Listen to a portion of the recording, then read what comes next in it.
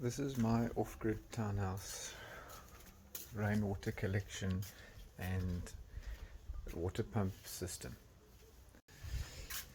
That, which is called the leaf eater, there's a stainless steel screen that prevents debris from falling into the system. Then this thicker part has a ball in it and it fills up with water. You can see there's a drain valve there. The water fills up there, there's a ball there. Then the water comes up there and then it goes along this horizontal pipe into the tank. This is a 2,500 litre Jojo tank, as you can see there. And then I can show you, there should be a little bit of water in here. And then I can just drain it off, and that's usually got a bit of sediment in it. That doesn't work too bad. I just didn't do too well with my sealing of this, so there's a little bit of water there.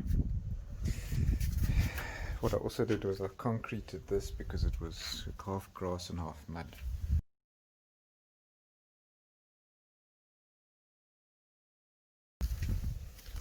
Then if we have a look over here, then I've got a bore valve to isolate the tank from the rest of the system, and then there's an inline sediment filter, then a 90-degree bend, and it goes into these compression fittings, and then I think it's a 25 mil pipe if I remember correctly, another compression fitting, and then this is just I think it's a 0.37 kilowatt hour pump, about 34 liters a minute, and it's got its pressure control. It actually goes up to about 4 bar or 3.5 bar. And then I've got another elbow here and a tease, and then this is connected to a hose fitting, so I can connect my hose pipe to it if I need to water something, or if I need to flush my jet ski or wash a 4x4. Then this is connected to what is called drag link hose pipe, what farmers use.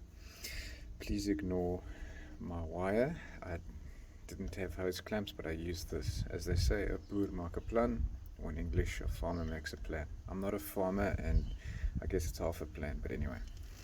So this drag link goes along, and conveniently my townhouse has two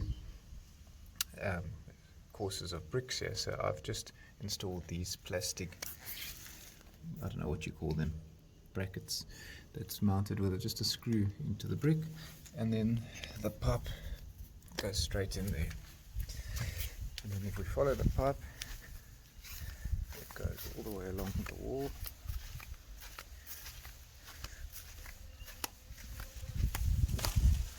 Into here. And then it goes into my tap, so I just have to open this to let the water in.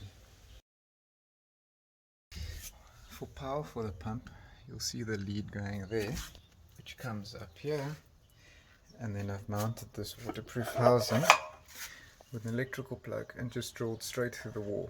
I'm still busy with it on the inside because this wall is my garage, and then I'll connect a power point to that. But I've tested the system and it works.